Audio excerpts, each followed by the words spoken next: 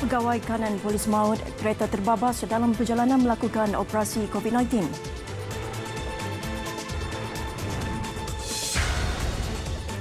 Kementerian Kesihatan kesan kluster baru membabitkan rakyat Malaysia yang pulang dari Indonesia.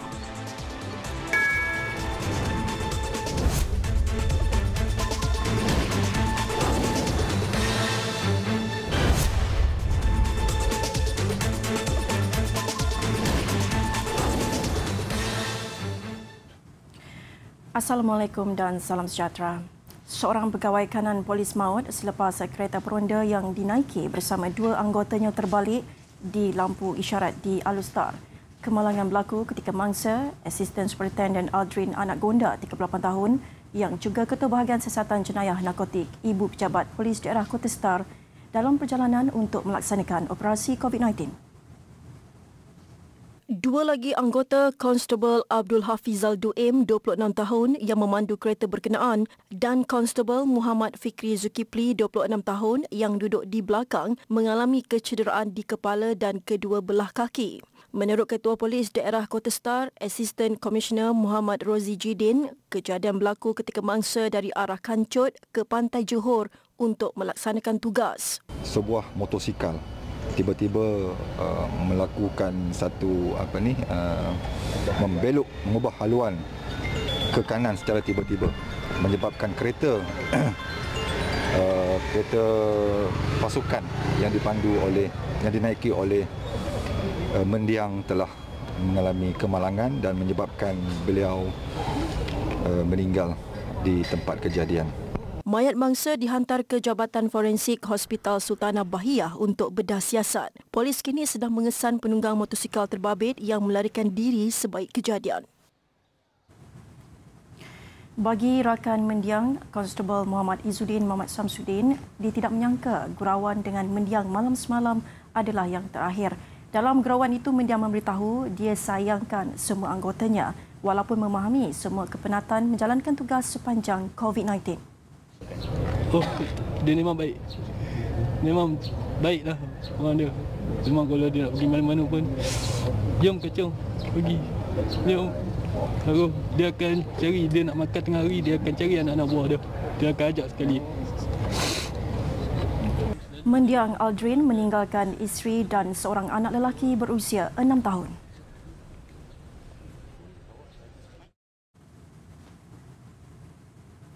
Bakal jemaah haji yang sudah mendapat surat tawaran daripada Lembaga Tabung Haji TH perlu bersedia dengan sebarang keputusan berkaitan ibadat itu. Timbalan Menteri di Jabatan Perdana Menteri Ahmad Marzuq Syari berkata, kerajaan akan memaklumkan lebih awal, namun setakat ini belum mendapat maklumat rasmi daripada Kerajaan Arab Saudi. Tetapi apa yang berlaku sekarang ini pada saya yang telah pun diumumkan oleh Kerajaan Saudi untuk tidak ada solat tarawih, itu barangkali signal awal untuk kita lebih bersedia sekiranya tidak ada haji pada tahun ini.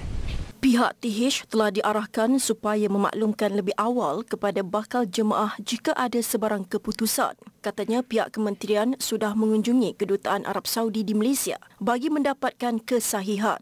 Namun mereka juga masih menunggu keputusan rasmi. Menteri Haji dan Umrah Muhammad Saleh Benten dilaporkan berkata, Arab Saudi bersedia menerima jemaah haji dan umrah. Bagaimanapun dalam keadaan dunia berdepan wabak COVID-19, kerajaan negara berkenaan mahu melindungi kesihatan umat Islam. Semua operasi mesin juru wang automatik ATM dihadkan antara 8 pagi hingga 8 malam. Menteri Kanan Keselamatan Datuk Seri Ismail Sabri Yaakob berkata, langkah itu diambil bagi mengelak orang ramai yang keluar hingga lewat malam ketika Perintah Kawalan Pergerakan memberi alasan mahu mengeluarkan wang. Apabila mesin ATM beroperasi, maka ramai yang memberikan alasan untuk mengeluarkan wang kerana mesin ATM beroperasi 24 jam.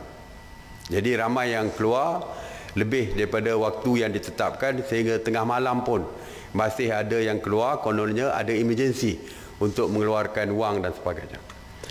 Dan hari ini mesyuarat telah membuat keputusan bahawa operasi mesin ATM adalah dihadkan daripada pukul 8 pagi sehingga pukul 8 malam sahaja. Menurut Datuk Seri Ismail Sabri Yaakob, Polis Diraja Malaysia PDRM telah menangkap 1,111 individu semalam berbanding 1,565 individu hari sebelumnya kerana ingkar PKP. Jumlah tangkapan keseluruhan sehingga 18 April adalah 14,750 individu. Dalam perkembangan sama, Kementerian Dalam Negeri sudah mewartakan 11 penjara sementara bagi tahanan ingkar PKP. Penjara sementara berkenaan akan beroperasi bermula 23 April ini. Kementerian Kesihatan akan membantu menyediakan petugas kesihatan di penjara sementara itu.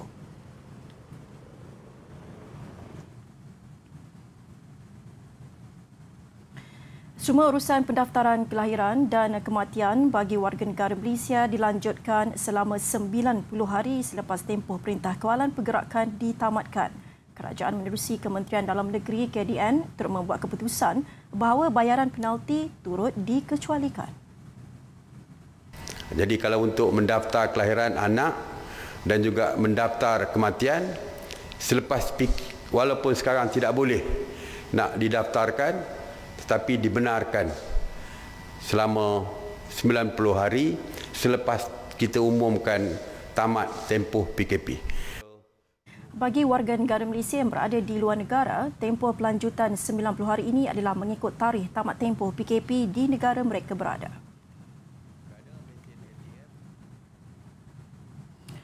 Seterusnya, Kementerian Kesihatan Malaysia KKM mengesan satu kluster baru membabitkan rakyat Malaysia yang pulang dari Indonesia melalui lapangan terbang Kuala Lumpur KLIA pada 16 April lalu. Kluster berkenaan terdiri daripada 43 pelajar yang pulang dari Temboro, iaitu tempat yang telah diisytiharkan sebagai zon merah di daerah Magetan, Indonesia. Daripada jumlah keseluruhan tersebut, seramai 34 orang telah dikuarantinkan di negeri Melaka dan 9 orang di wilayah Persekutuan Kuala Lumpur. Ini menunjukkan bahawa tindakan kerajaan untuk mengambil langkah untuk kuarantin dan menyaring semua rakyat Malaysia yang pulang daripada luar negara adalah bertepatan. Ini bagi memastikan kes import tidak menjangkiti penduduk Malaysia.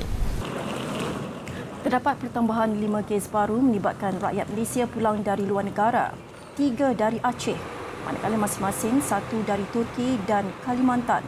Ini menjadikan keseluruhan 65 rakyat Malaysia yang pulang ke tanah air dijangkiti COVID-19. Sementara itu, kes baru COVID-19 terus menurun.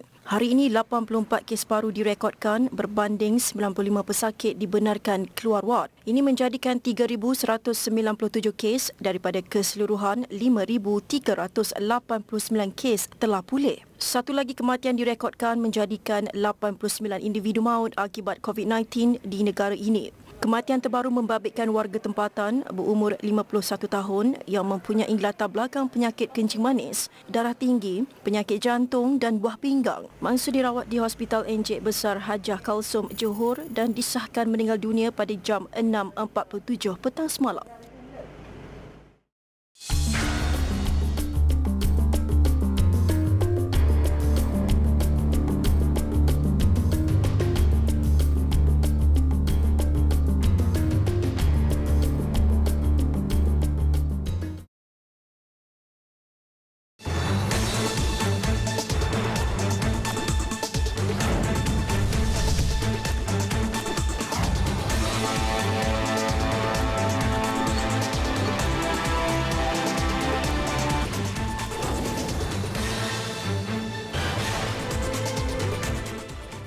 Bertemu kembali.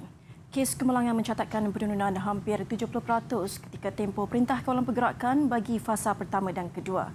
Pengarah Jabatan Siasatan dan Penguatkuasaan Trafik JSPT Bukit Aman, Dato' Azizman Alias berkata, dari 18 Mac hingga 14 April lalu, 10,382 kemalangan direkodkan di seluruh negara.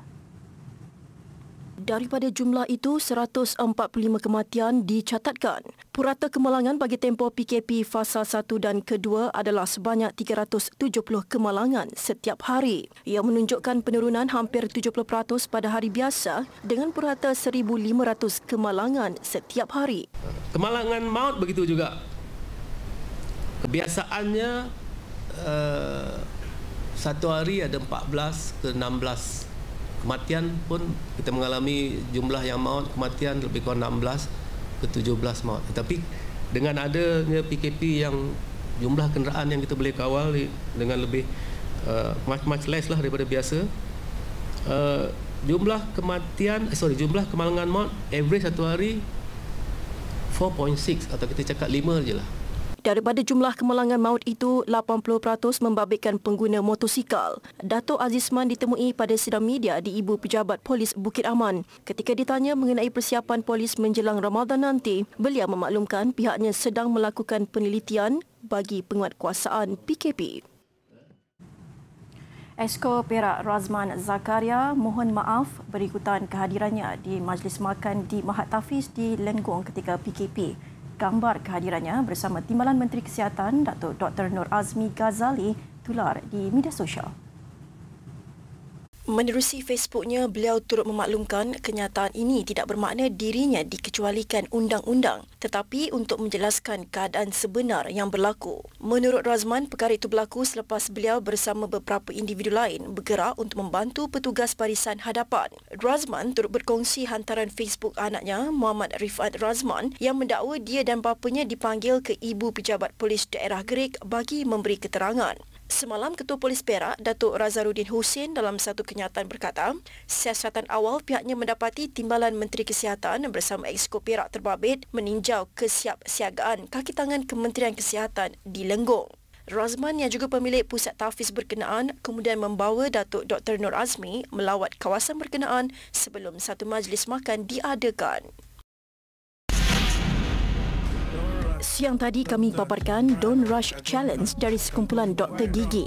Malam ini cabaran itu kami paparkan pula dari sekumpulan chef. Mengundang betul masakan mereka. Terliur dibuatnya. Mencabar betul PKP ini ya.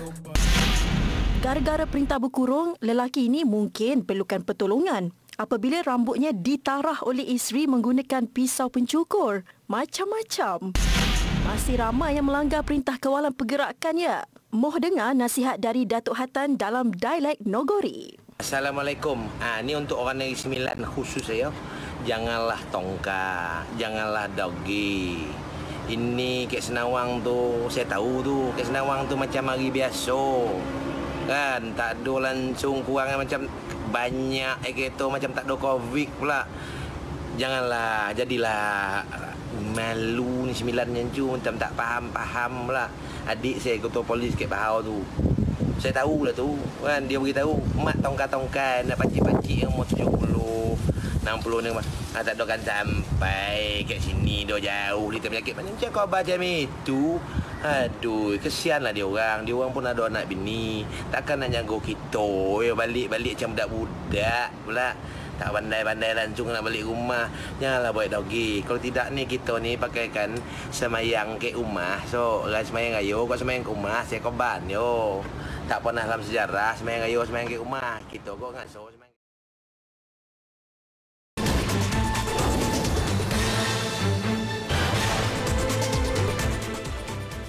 Laporan antarabangsa.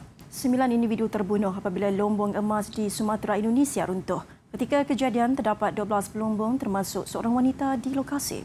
Usaha menyelamat mangsa pada mulanya berdepan kesukaran, ekoran cuaca buruk dan kedudukannya 8 meter dari permukaan tanah.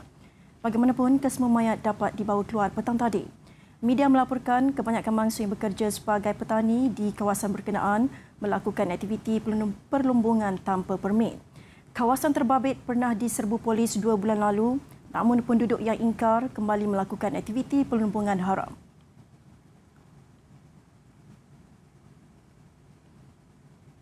Badan Agama Tertinggi Arab Saudi Majlis Ulama Kanan hari ini menggesa umat Islam di seluruh dunia mengerjakan sembahyang di rumah sepanjang Ramadan jika negara masing-masing mewajibkan penjarakan sosial. Menurut laporan agensi berita rasmi SPA yang memetik kenyataan majlis terbabit, arahan itu adalah bagi mengelakkan penularan wabak COVID-19 bertambah berikutan ramai orang akan berkumpul bagi sembahyang berjemaah.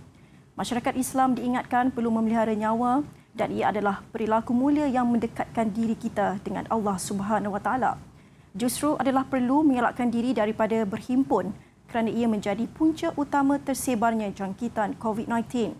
Mufti Besar Arab Saudi Abdul Aziz bin Abdullah bin Muhammad Al-Sheikh semalam berkata, solat tarawih dan solat sunat Aidilfitri perlu dilaksanakan di rumah masing-masing sekiranya wabak coronavirus berterusan. Arab Saudi merekodkan 8,274 kes COVID-19 dengan 92 kematian setakat ini tertinggi dalam kalangan negara Arab lain.